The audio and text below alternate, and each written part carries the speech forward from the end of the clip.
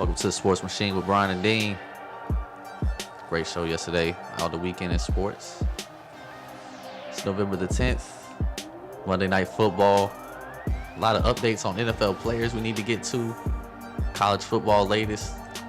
And there's some good games last night in the NBA and Baseball Hall of Fame inductees. A couple first-timers going to try to take their crack at it.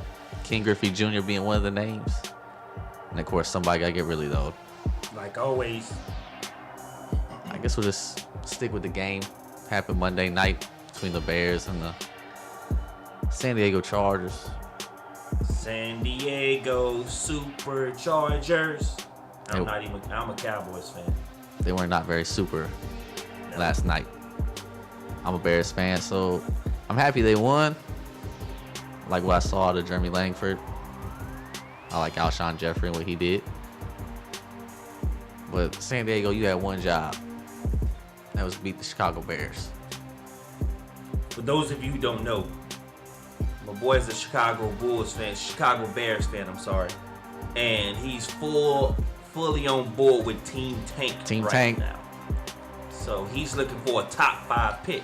So it doesn't matter who Chicago play, he's pulling for him to lose out of what's best for the team as a fan. I don't see them making the playoffs. They're 3-5, so it is theoretically possible if they somehow just became one of the best teams in the NFC, which I do not see happening, especially without Matt Forte. Mm-hmm. So yes, I'm full on board with Team Tank. We could not afford that win. What's crazy about that division is when you look at what you're getting out of Minnesota right now, and then as of lately, what's been going on with Green Bay. It's like right now, you can argue and say that Minnesota's looking like that team in the division. Where it is last year, you would have been thinking that this would have been Detroit. I'm not ready to give up on Green Bay. No, I'm not. I mean, either. they played a great team. Anybody who gives up on Green Bay right now, I wouldn't recommend it. But just as of lately, I think prior to the Denver Broncos game, that was a team that was actually looking pretty strong. And then 2 weeks in a row, Aaron Rodgers struggled. Really, against Carolina, he didn't struggle. He struggled at the beginning, then came through and was playing really well. Then that last play, in which he missed Randall Cobb wide open, and he was pretty upset about. Right. He said he was scared. He was scared by something. I just was wondering what your take is. Could you ever say that publicly? No. I'm sorry. He a bigger man than me. I wouldn't have admitted. I got scared by something. Nah, I don't think I could do that. It's like, remember a couple of weeks ago when there was a guy on ESPN saying when they used to play the Patriots, and if you could start hitting Tom Brady, after a while Tom Brady would start reacting as though he's seeing ghosts. Like he would throw the football faster under the impression that somebody was there to tackle, like as though he's gonna get sacked, but wasn't anybody there. So he wound up either overthrowing or underthrowing the ball because of the pressure that was being put upon him. But could that be said about just about any NFL quarterback, though? I believe so. But I guess when it comes to the Bradys, the Mannings, the Breezes, the Rodgers, when you hear about them getting rattled a bit, it's still new because of the fact that you look at their body of work that they've done over their careers. And it's like, it's hard to think of this guy getting rattled or seeing ghosts, as they say. But everybody's human. On the flip side, besides the Chicago Bears winning, the San Diego Chargers lost. And the San Diego Chargers coming into this season looked like they were going to compete for that division. Right. Look to kind of be the favorite after we see what happened to the Kansas City Chiefs. Mm-hmm. I understand they have a litany of injuries at the wide receiver spot, especially with Malcolm Floyd going down. Malcolm Floyd, Keenan Allen with the kidney injury is done for the season. All he has is Antonio Gates. And that's Antonio Gates is up there in years, so you can only wonder how long he's going to be in week and week out. rookie running back Melvin Gordon, who is not just came to the NFL and shined thus far. Mm-hmm. He actually looked better this game than he did in past games where I would watch him. I think everybody had him up there as one of the guys who was going to be a game changer for the team in the running game since they lost Matthews to Philadelphia and off in NFL free agency. Phillip Rivers, who did sign a deal recently. Mm-hmm. Think he's regretting that decision? No. That's in a way. That's how I kind of know San Diego isn't going to get. They're not going to move San Diego out of San Diego. Like how's everybody been speculating about teams that's potentially going to LA? I think you can mark them out because he wasn't a fan of going to LA. Like he wanted to keep his family in San Diego. I don't think he would have signed that contract knowing that they was still a big time favorite to move San Diego to LA. I don't think it would be the first time a player kind of got screwed over. Yeah, like right. the Chargers could have walked up to him and say, "Yeah, we don't plan on moving to LA," and Right. then they could just go ahead and do it. It's not like he has a choice; he's under contract. Right. You know, NFL screws players all the time. Hey, you're right. They get mad at the players for being mad. Right. Anything's possible. But in the case of LA, like you said, when you start looking at the teams in that division, if I want a team that's coming out that division, out of the three teams, I believe they said that was San Diego, Oakland, St. Louis. Those have been the three main teams been talked about. Out of those three teams, I want Oakland because yeah. of their bright side right there. If you're at LA, yeah. Yeah, like you want the silver and black back in LA. But if you're in Oakland, you're not too happy about that. Nah. But then again, yeah. Pretty much. All they can do is hope that the Athletics continue to make things happen. On the Rams side, I don't even understand. I understand the whole Los Angeles Rams back in the day. Right. But I don't see much of a reason why they would want to leave St. Louis. I don't neither, unless it was more along the lines of what's been going on in Missouri lately, far as, racial tensions, I guess. That's been real high in Missouri as of the past year. To me, that would only encourage them to stay. They should. We all have seen athletics play a role in racial disparity. Mm-hmm. And usually helps because in sports, you need both. Right. To be, especially win in the NFL. And I believe St. Louis Rams mm-hmm. have improved their team quite a bit. People forget. I mean, I know it's been almost 10 years ago, but once upon a time, that city had one of the greatest shows on turf. They were nicknamed the greatest show on turf. Done a lot of things in that city. I would hate to see them leave, but once again, if I'm LA, I'm looking at Oakland like right now it's only thing that's going good after everything that's going good with this team, the ceiling is only going to go up. Especially when you look at the division. Peyton Manning's not going to be playing no more than, let's give him another year max, if that. And after that, that division becomes wide open because they have to go out and actually look for another quarterback to lead their team into the next gen. Plus, even if you don't even put in the teams and how well they play, mm-hmm. the silver and black, the swagger that the Raiders have, right, or have have, right, just something about their color, like that belongs in LA. Right. Let's just be honest. Right. People root for the Oakland Raiders just based on everything behind the Raider name, mm-hmm. everything that's gone down with the colors and everything else that happened. Right. People are fans of that team just for that reason. Right. So if you're going to move a team to a mega market, I believe it should be a team like the Raiders. With the quarterback, a young one at that. Coming up, we have news on the NFL players right here on the Sports Machine.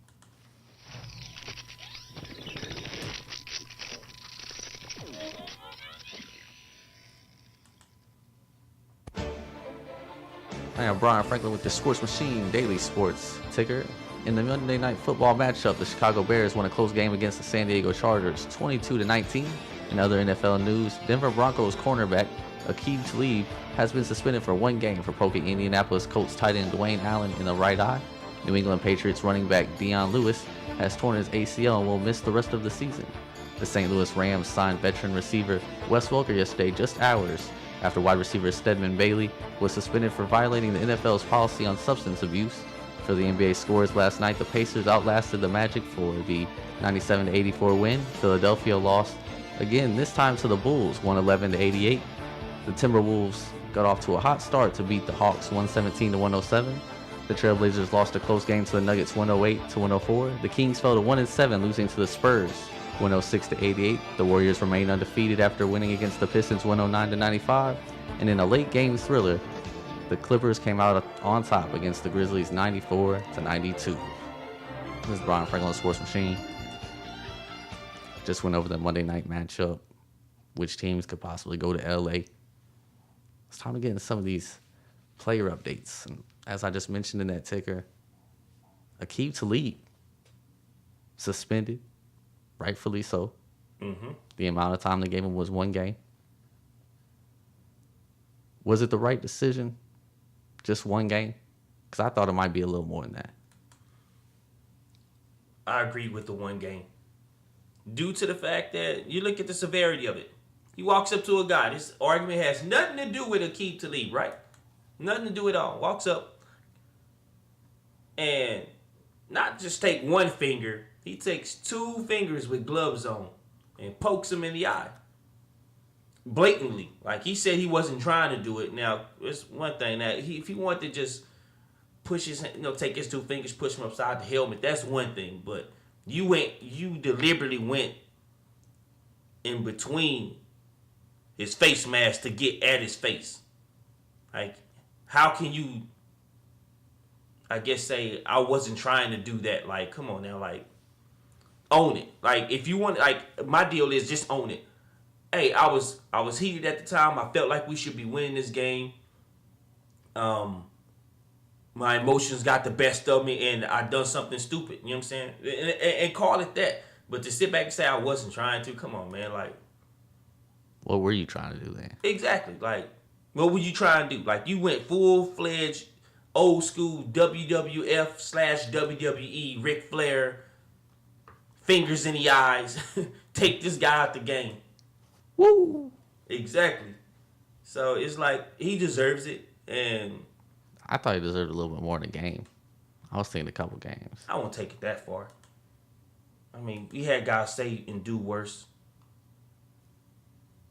Once again, I think most of the time, at least, it looks like it involves the football play kind of, or at least 2 people involved in the football play. Aqib Talib just came out of nowhere, like clear across the field to poke a dude. Nah. Once again, they named themselves a no-fly zone, and everybody was flying in their zone. So he just got irritated. Just own it and say, hey, I deserve it.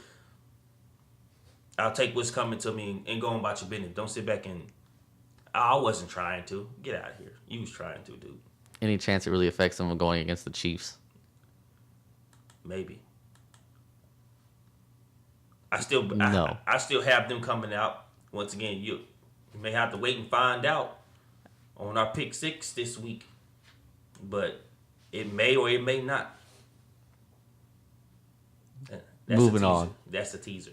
Patriots running back Dion Lewis suffered an injury. After further looking at it, they realized that his ACL is torn. He is out for the rest of the season. I would call that a huge loss. But I still don't think, like, when I think about the plethora of running backs that they have and what they do, it's been plenty of times this season where the running game may not have been working, and they just compensated with short passes that gets yards after catch that basically turns into a run game for them. So it's a loss, but I don't think it's their He is a good receiver out of the backfield. And I think he probably is the best running back receiver out of the backfield that they have. Right. LeGarrette Blount can also do it. Mm-hmm. I mean, we have Tom Brady. It makes it easier. You're right. Exactly. In the end, it's still the Patriots. I don't expect any injury barring it being to Tom Brady Right. being a major deal. And at the end of the day, they'll wind up going and finding a running back that fits their offense and fit what they're trying to do and make it happen. Plug and play. That's what they do. Can't be mad at that. I'm gonna bring it up. Should they go get Ray Rice? Why not? I think Bill Belichick would be the one guy to go do it. That's the only reason I said that. Once again, I say why, and I say why not. Once again, like, don't he deserve a second chance? Yeah. That's all that needs to be said. He deserves a second chance. Plus, with Roger Goodell's and the Patriots relationship is not necessarily on the greatest note right now. Right. It would kind of be like a nice little He's shot at him. Right. Exactly. And let's make this clear. Ray Rice is eligible to play. He's eligible. If anybody wants Ray Rice, he can come in and play for them immediately. If he's able to, pass physical and things of that nature. But for the most part, he's available to play. Like, you can't tell me he couldn't run for the Patriots. You don't want to see any running back running there, and right. with Tom Brady there, Mm-hmm. makes you look even better. Right. I agree. Blaine Gabbert, it has been announced that he will remain the 49ers starter against the Seahawks. Deserves it. He got him a win against a pretty good Atlanta Falcons team at home. Was able to do some things with the football that Colin Kaepernick hasn't been able to do this season. Put the ball down the field. Had some good drives. Actually got some help from the defense as well. But would you just say that this win was good 49ers or bad Atlanta Falcons? So I believe we're probably going to have to bring that up when we do our power rankings tomorrow.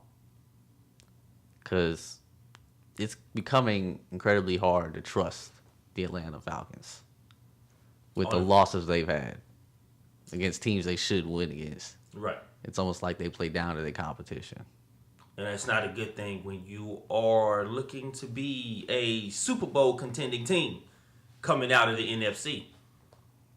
On the San Francisco side, you can't sit Blaine Gabbert after he gets a win. Right. I mean, not unless you want to lose your job. Not unless you want to be the next coach that was on the hot seat that is off the hot seat because he does not have a job. Rams, Stedman Bailey, suspended, substance abuse. Mm-hmm. They went out and signed Wes Welker. I didn't think Wes Welker was ever going to get a chance in the NFL again after all the concussions. Right. And even the helmet that he had to wear to try to protect his head, like, it was unusually big, and it was like weird. Like, because Wes Welker's not a big guy, yet his helmet was about as big as his shoulder pads. So I was like, God. It's like, sir, why do you look like a bobblehead? Like, why? Like, when I have to wear gear like that to protect my head, I think maybe once again, Wes Welker has had a great career, and I'm not gonna knock a guy for still wanting to come back and play the game that he loves if he still feel like he can do it, But once again, when you look at the head injuries that he's had, man, I'm surprised that he's even still playing. I mean, you look at the fact that we have players retiring without having any head injuries out of fear of head injuries. Right. And then you have Wes Welker, who's had all the head injuries, yet still wants to come back. Right. At first, I thought maybe it was just him and the Broncos thing because of him wanting to get the championship. And I won't knock a guy for trying to chase a championship because he's got paid. He's got paid good money.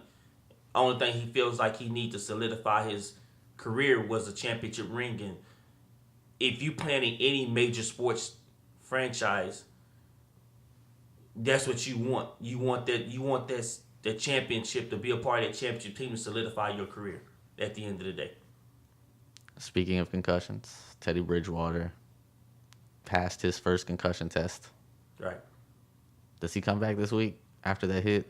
All that talk? I believe they're going to play him this week if he's available to come back. But looking at the severity of it, I say I hold him another week.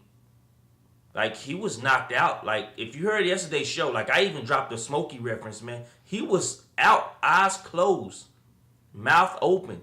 He was in full-fledged sleep mode.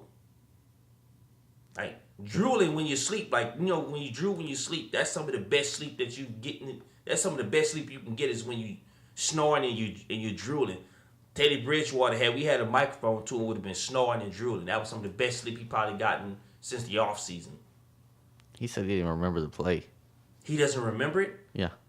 Yeah, he don't need to play this week. I wouldn't risk it. I mean, they're 6-2, and right now, tied for the division win. They're tied for the division. At worst, they wind up going in as a wild card. But as of right now, this is a playoff contending team. I think he's available. You might as well. Hey. Once again, it's his head. It's his life. True that. Sean Lee. How many concussions has he had this year? This concussion he had Sunday makes 2 within 6 weeks.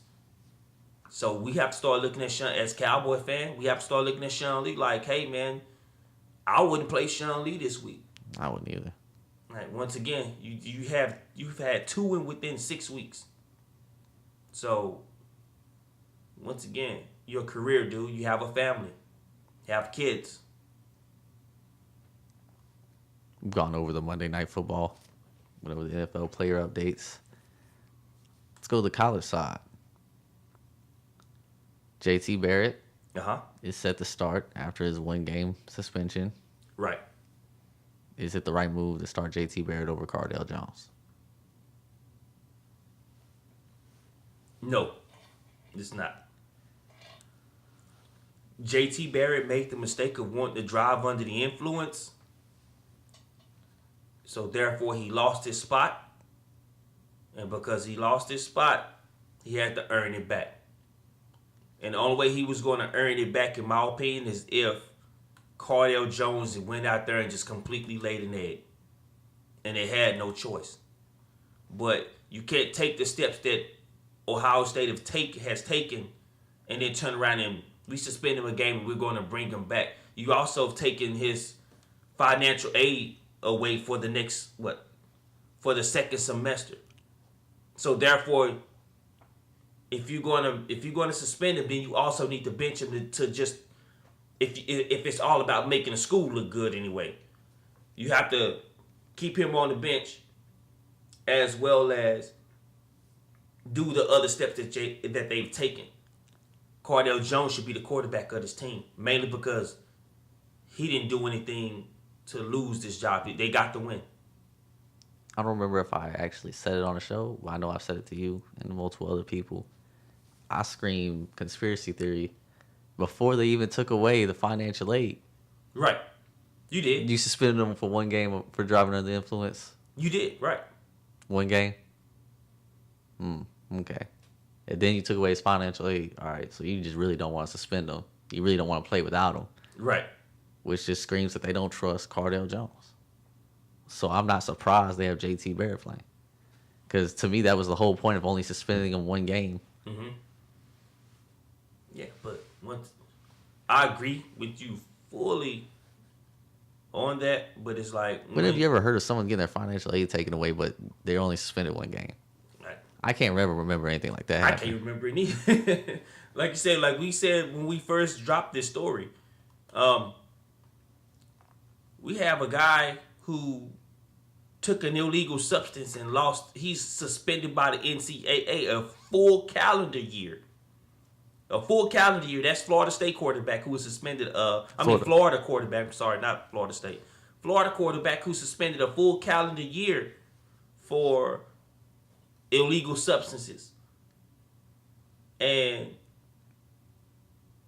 I don't think that's more severe than driving under the influence where someone had the potential of being hurt. Not just himself, but someone else. After walking on the street, walking around campus, driving, he put other people's lives in danger. But just got 1 game. Hey, what do I know? Other college football news. Steve Spurrier back in the news. Recently retired from South Carolina. He also coached Florida previously. It said that he will not attend Saturday's contest between the Gamecocks and the Gators. says it's not his place to be at South Carolina football games right now. You agree? I agree, but after hearing, maybe I'm putting too much on the words, but it sounds like he left in a way, like in a negative way with South Carolina. I mean, he did kind of retire right in the middle of the year. Yeah, it's kind just of weird. out of nowhere. Just like, that's not Steve Spurrier like. Like, this guy, you talking about one of the guys who loves the game of football, period, on all levels. College, high school, coached in the NFL. He's won a Heisman Trophy. He's a Heisman Trophy winner. One of the main reasons why the Gamecocks even mean anything as of the past 10 years, 10 plus years, I guess. And once again, like, that statement, once again, I mean, hearing it that way makes me think that it was about, like, hey, next year you need to go ahead and get it moving. Like, we want to go ahead and put somebody else in your place. And he just decided to leave right now. And so that's why he feels like he's not supposed to be there. Because otherwise, if it was just a mutual parting, I think he would have a problem with two schools he used to coach at. Where one won a national title with. Do you think South Carolina screwed him or he screwed South Carolina? Ooh. As of right now, if you only go by what you see, like, he's screwed them over because he quit on the team in the middle of the season.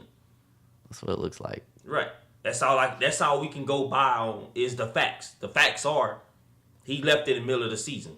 Right after a devastating loss to LSU at LSU. That was a home away from home game at LSU. At least he didn't retire right before that game. It wouldn't matter if they would have got drove anyway. Well, it was more about the fact that they had to go to LSU because of the flood. Right. It's like that would have been just terrible timing. Still left afterwards.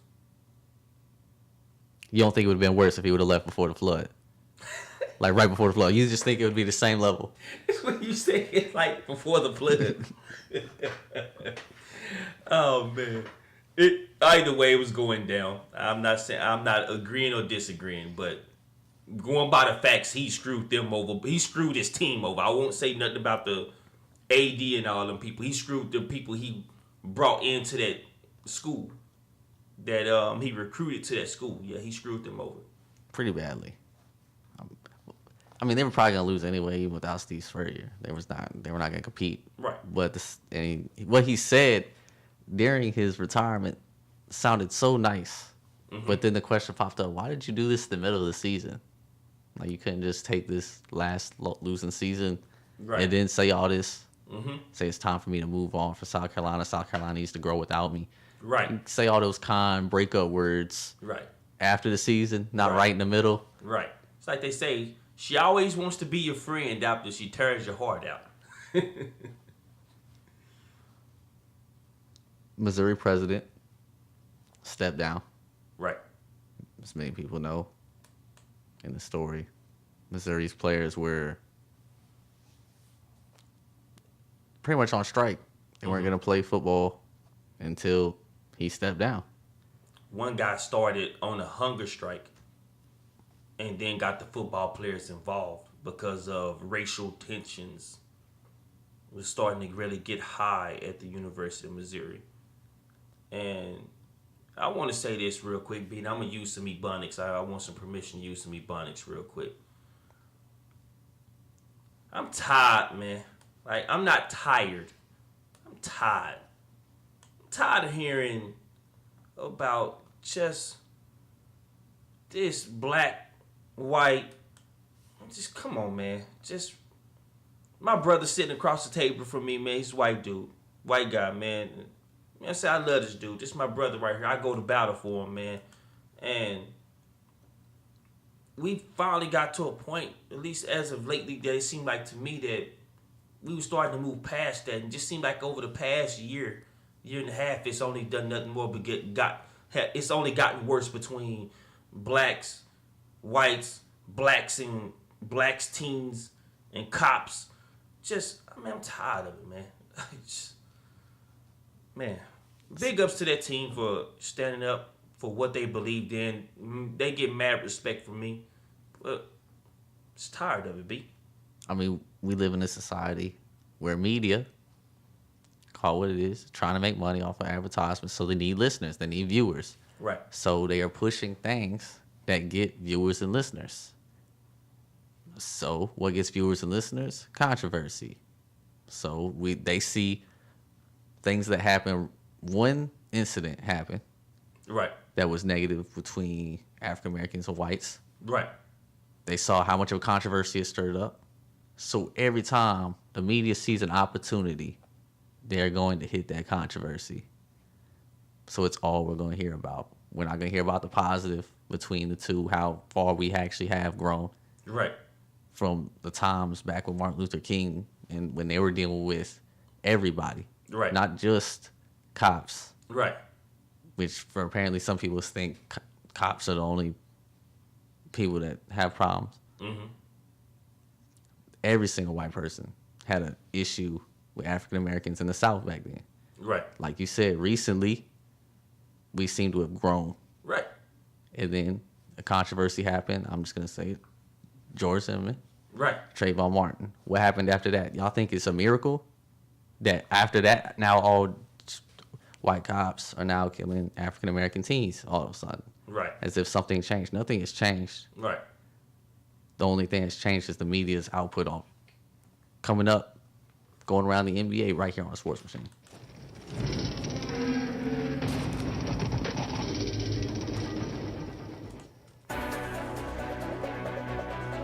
Your Sports Machine news update is being brought to you by the Soul Society Studios. NBA star Matt Barnes isn't happy with the way New York Knicks head coach Derek Fisher handled the aftermath of their altercation last month in LA. Fisher has mostly refused comment on the incident. NBA Commissioner Adam Silver recently said the league is investigating the incident, but there is no time frame on possible punishment. New England Patriots running back Deion Lewis has a torn ACL, sources confirmed to ESPN, and will miss the rest of the season. An MRI performed Monday revealed the full extent of running back's injury. The Patriots announced Lewis has been placed on season-ending injury reserve. In Columbus, Ohio State quarterback J.T. Barrett will return to starting role after serving a one-game suspension following arrest on charges of operating a motor vehicle under the influence. Despite improving his record as a starter to 11-0 in the Buckeyes' 28-14 victory over Minnesota, Cardale Jones will head to the bench for the number 3 Buckeyes. In Champaign, Illinois, University of Illinois has fired athletic director Mike Thomas prior to releasing the final report of its investigation into mistreatment of football and basketball players. That was your Sports Machine news update. I am Dwayne Dean. Stay tuned to the Sports Machine where we have everything around the NBA coming up for you next. Sports Machine. Sports Machine with Brian Dean went over the Monday Night Football matchup, NFL player updates, and college football's latest. J.T. Barrett getting the start over Cardale Jones. Let's move to basketball. The NBA last night, there was quite a few good games. Right. I don't know if anyone called it, but they're on my sports ticker. I said Philadelphia lost to the Bulls, 111-88. If you didn't realize, I said every single team's name except for Philadelphia's because I would not call them what they are because they are the Philadelphia Tanks. So they're going to go, what, 0-82, 0-84 or something like that? They're going to lose as many games as they can. They'll add on exhibition games, lose more. All about the ping pong balls right now, right? Shout out to Jaleel Okafor who could just shoot the ball whenever he feels like it. Jaleel, take the ball. Shoot it. Shoot it. This your team. Go right on the head. I never forget when they called this name. The look on his face, he didn't seem so like enthusiastic about being like, I think he'd have been okay to drop in the middle of the draft and probably further it back than to go to Philadelphia because now this just looks like. I think he's enjoying it now. He's shooting the ball over 20 times a game. Right. Better be lucky he didn't go to the Lakers. He would not be shooting the ball 20 times a game. The Bulls look good, but then again, everyone looked good against the 76ers. Mm-hmm. A.K.A. the Tanks.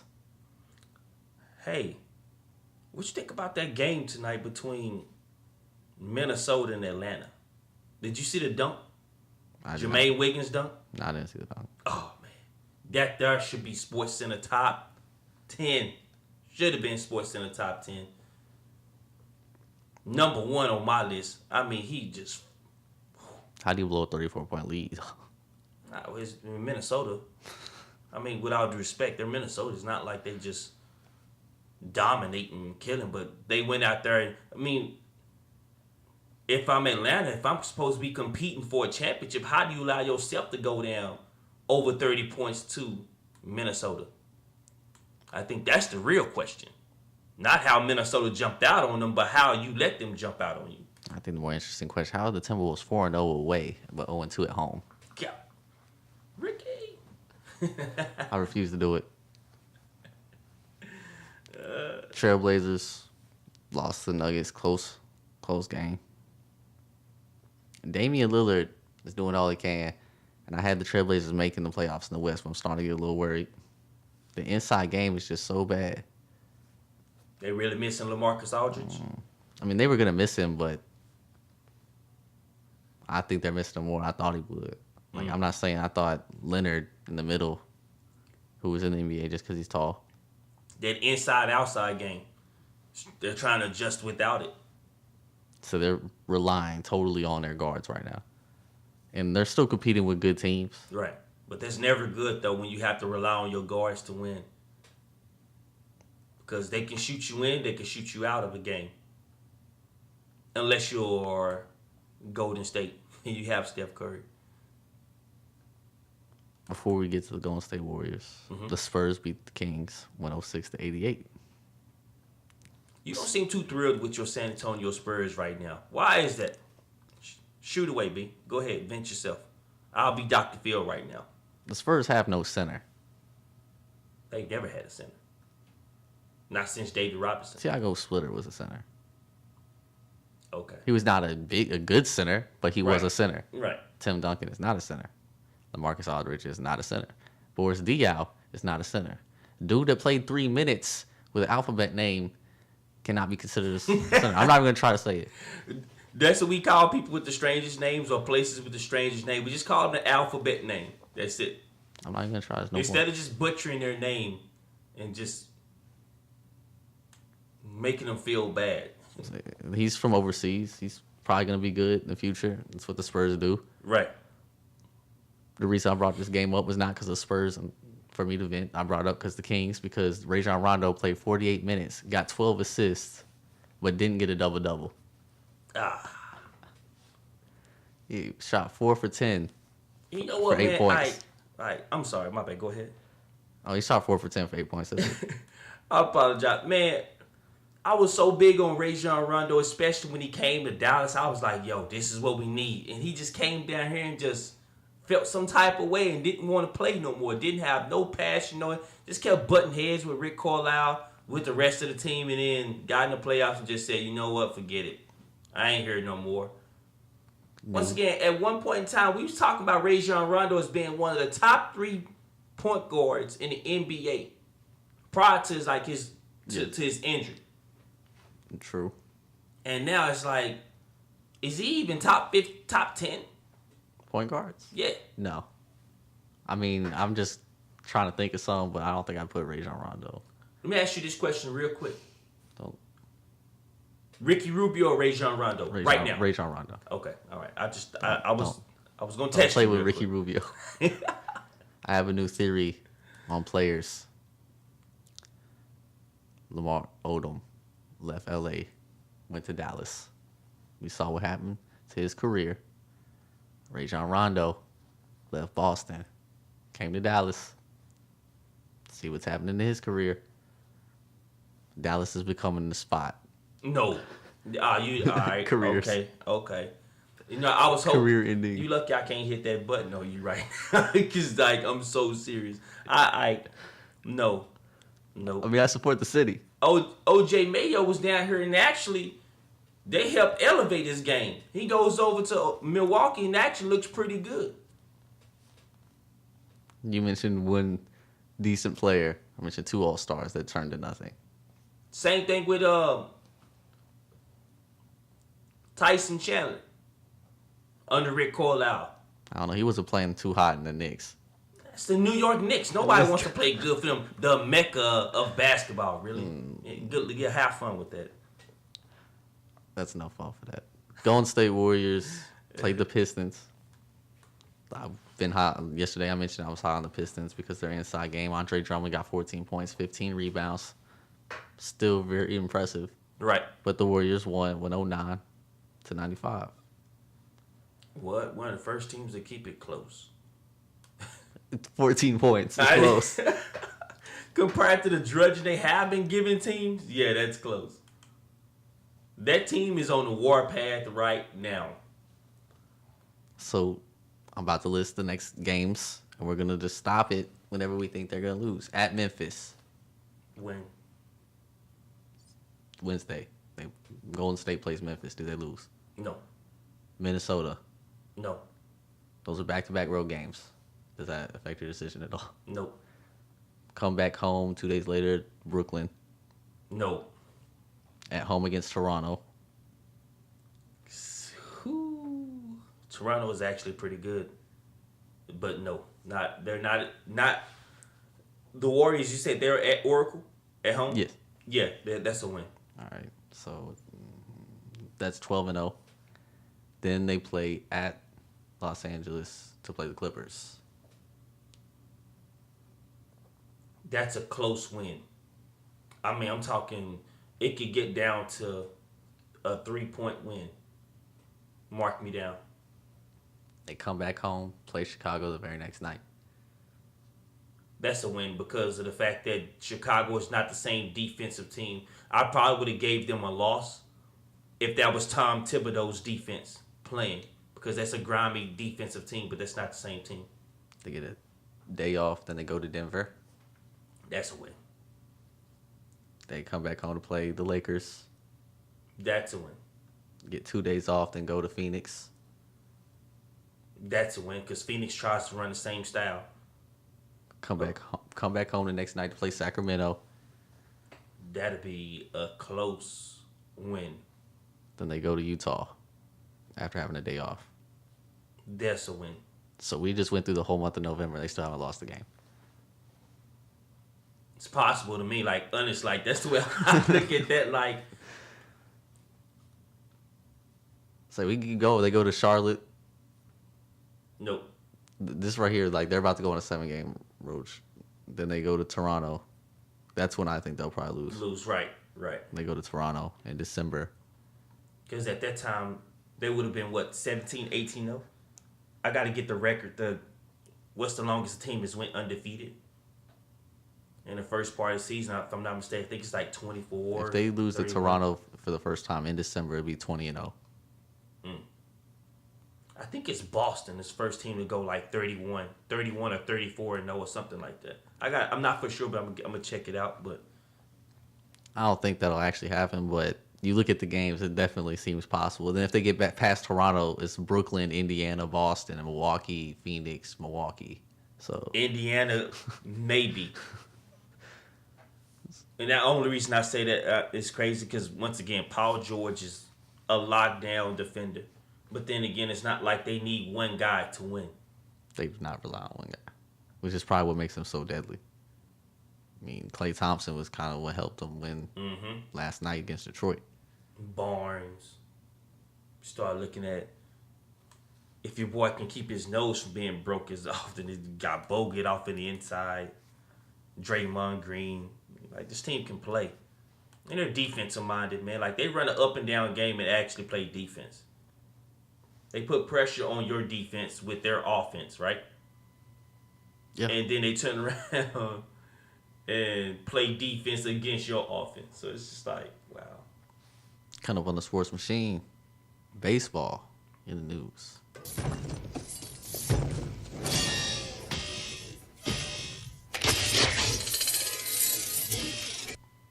Back to the sports machine. Went over the Monday Night Football game. NFL player updates. College football. What happened latest. JT Barrett getting the start for Ohio State. And, of course, the NBA. Where the Warriors look like they can go 20-0. Moving to baseball. Usually baseball doesn't get much of a mention in their off season. but Hall of Fame. Mm-hmm. It's a few names on the ballot for the first time. First and foremost, the one everybody cares about. Ken Griffey Jr. First ballot. First ballot, not even close. Real talk. There's no way, right? No way. Like he gets in first ballot. If he doesn't get in first ballot, like It'll be really know this show. yes, Whoever gets voted. yeah, all of them would get like every NBLB. Like you talking about one of the most cleanest swings I've ever seen as a kid watching baseball. Like, not to mention, sneakerheads love the old school Ken Griffey Jr. shoes with the 24 on the side. Ah man, so live. Trevor Hoffman is also on the first ballot. David Eckstein, Troy Gloss, Mike Hampton, Mike Lowell, and Billy Wagner are the first time eligible. Right. Then, of course, gets brought up every time baseball Hall of Fame voters come around. We have what ESPN is calling the steroid-tainted players. Barry Bonds, Roger Clemens, Mark McGwire, and Sammy Sosa.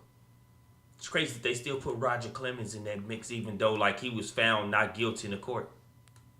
And this is one guy who actually screamed to the high heavens that he did not have, that he was not injected, that he didn't have anything to do with steroids. This is one guy who got found not guilty, and they still put him in that area. Like that's kind of crappy, because they're like if I know I'm innocent, I'm gonna scream to the high heavens and say, "Hey man, look, no, let's go to court with this." And he done that, and he just proved innocent. So my first question is, not should they, but will they ever let these steroid players in? You know what? Like with baseball, man, it's such the voters are kind of fickle. And when I say fickle, like they are very fickle, man. I'm gonna broaden that up a little bit. I'm not gonna say baseball voters are fickle. Old timey baseball fans, every single one of you. I'm talking to you. Y'all need to realize that there's a new age. This whole 100-year-old tradition, you can cut it out. Because at this rate, they're still trying to put guys in who's been dead more than 10, 15, 20 years. And they still not letting them in. It's like, I think there has to be a cutoff time. Either this person was or wasn't a Hall of Famer. Because eventually, we're starting to get to a point where their greats are starting to come to accept the award for him. And it's like, good God. You can't give the guy the award, barring something tragic. You can't give the guy the award while he's alive. What would be the point? My thing with the whole steroid players is, if these players were on steroids, but all the other players were on steroids at the same time, it's an even playing field to me. It's crazy because MLB, this is mostly MLB's fault because they turned a blind eye to it. They saw how big these guys were getting. So but they was happy with exactly. They was happy with the long ball. These guys are knocking them out the park. They're doing this, they're doing that, and ratings was spiking. You tell me the all-time leader in home runs is not gonna make the Hall of Fame? Pretty much. If they have a choice in it, he won't even get in after he's dead. This conversation moves just from Hall of Fame to the whole aspect. Will baseball ever move along if these same people keep making these decisions? Because we saw how long it took for them just to get replay. Right. Like, why was that even such a debate? Is it really that hard to say, hey, we need to make the right calls? Apparently it was. Apparently it was. Like, be honest with you, I think they need to come up with some type of glasses that has a set up strike zone for these umpires.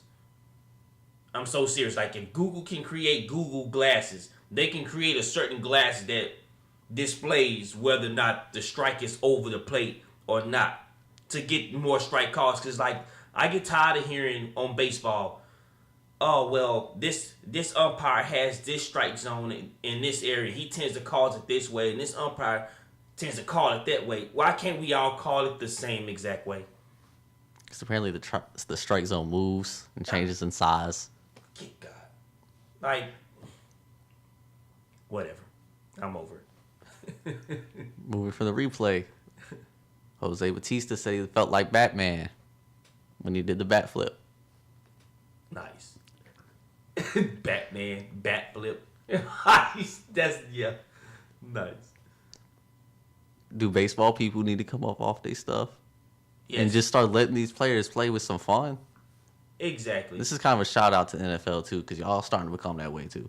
You can't even do anything. Only thing you can celebrate the NFL now is a spike. And better be careful, because if you deflate balls, you could get your team in trouble. Anyway, with MLB, their best bet is, if they want to start adding ratings like they did back when the juicing era was happening, their best bet is to allow the backflip. Stop with this. I'm going to ding him for flipping the bat on me. Like, stop it. Stop it. Say pitchers could get in on it too. Strike a guy out. Thank you. And gloat all you want. Right. If the same guy hit a home run on me, and I'm a pitcher, and I come out, strike him out, I'm going to look him down too, like, yeah, what you swinging for with your swinging self? And that's the rated G version. The thing with baseball to me, when it comes to the whole, we're going to ding you for this, ding you for that. A lot of people say it's not good to teach children gloating. Mm-hmm. All right. You're telling me that when we were playing sports, That was basketball, the whole point. Anytime you did something good, you were showing off. Right. You was doing something you saw your idol do.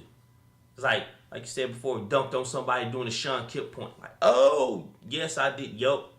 All on you. That was all on you. And now it's like there's, once again, I think it's just the way our society's become. Our society's become soft. And I say that with all due respect, because we go from, now we shouldn't gloat and point in these guys' faces. We shouldn't backflip. We shouldn't do the throat slashes because it's disrespectful. To now every kid gets a trophy, even though even though this one kid has 18 errors.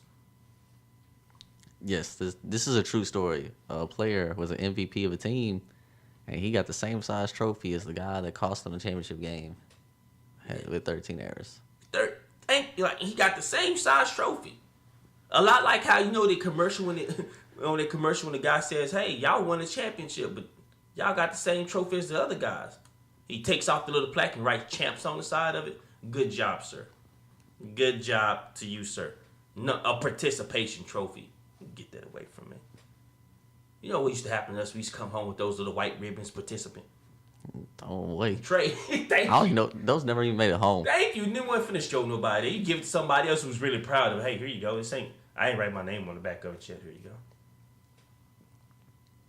My thing with the baseball and gloating and all this, they think that it's going to become crazy. Right. NFL, before they had the NFL rules, I would like people to list me all the players that gloated. T.O., Randy Moss, Ocho Cinco. You had the main ones. Right. The rest of them were really professional. But the thing is, it was entertaining. Like, the whole point of sports is to entertain, right? And if I'm an entertainer, what T.O. did in the dome with the Sharpie, classic, man. That's Joe Horn. There's top 5, man. Top 5 best touchdown celebration of all time. He had a cell phone, a flip phone, but this was back when flip phones is what that was. Probably had one of those razors from back in the day, real thin one. Flip phoned it. Hey, Ma, just scored a touchdown. You see me? That was so live. Like, to me, like, that's what sports is missing nowadays, is that element of where I got to see what this guy gonna do next. Especially Ocho Cinco, the Hall of Famer jacket. That's awesome. NFL, please don't find me again. like you want this. You didn't care anything about him getting yards through the game, but you most definitely want to see these guys score, do certain things, because it was entertaining. Reggie Jackson back in the day in baseball. I mean, man, Mr. October. You wanted to see him hit a home run because you knew he was going to do something. Anyway, like, once again, this is what corporate America has done to the games that we've loved. It's that time. Really though. Really though. Sports Machine with Brian and Dean. Really though. things in sports that just make you say, really though. I believe you said you were going to go first today. Yes, I will take the floor, good sir. My really though today is on former boxer Yusef Mack. Now, for those of you who don't know, Yusef Mack,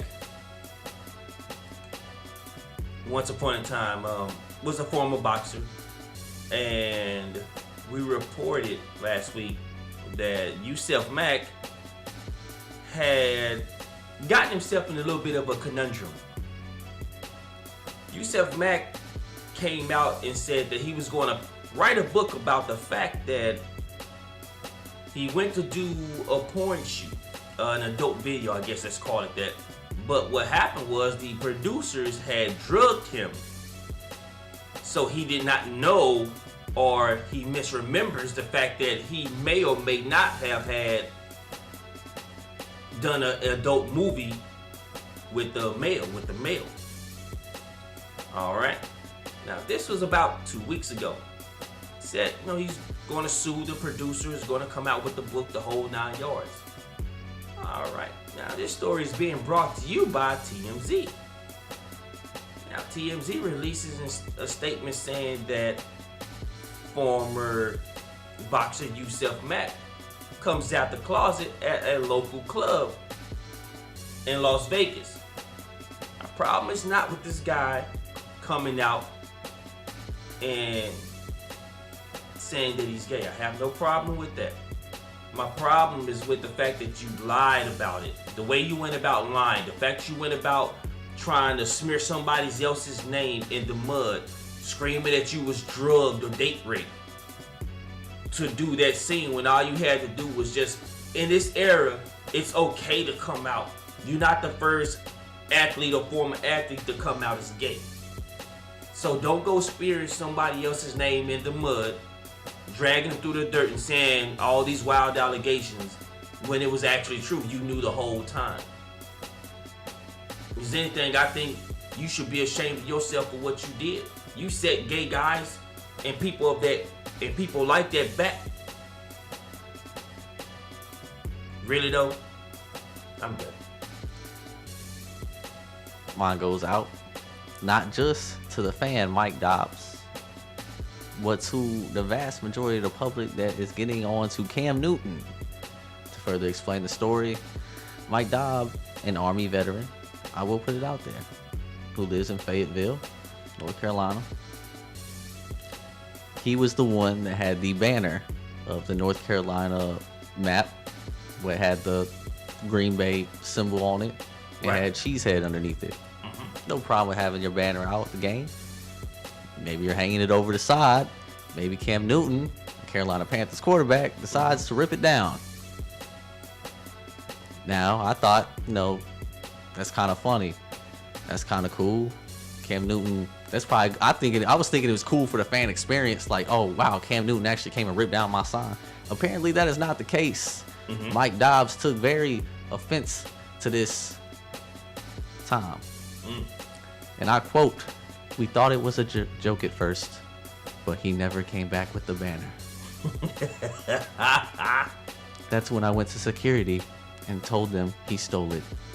The first officer I talked to just laughed. Oh man. Really though.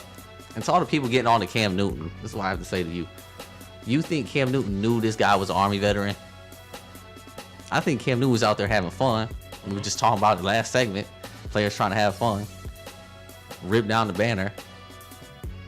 And thought that was the end of it. Right. Out of nowhere, this dude talking about he wants compensation for his $500 banner. Alright. Carolina Panthers just own up, give him the $500 banner and tell him not to come back. Straight like that. You hand your banner over the side.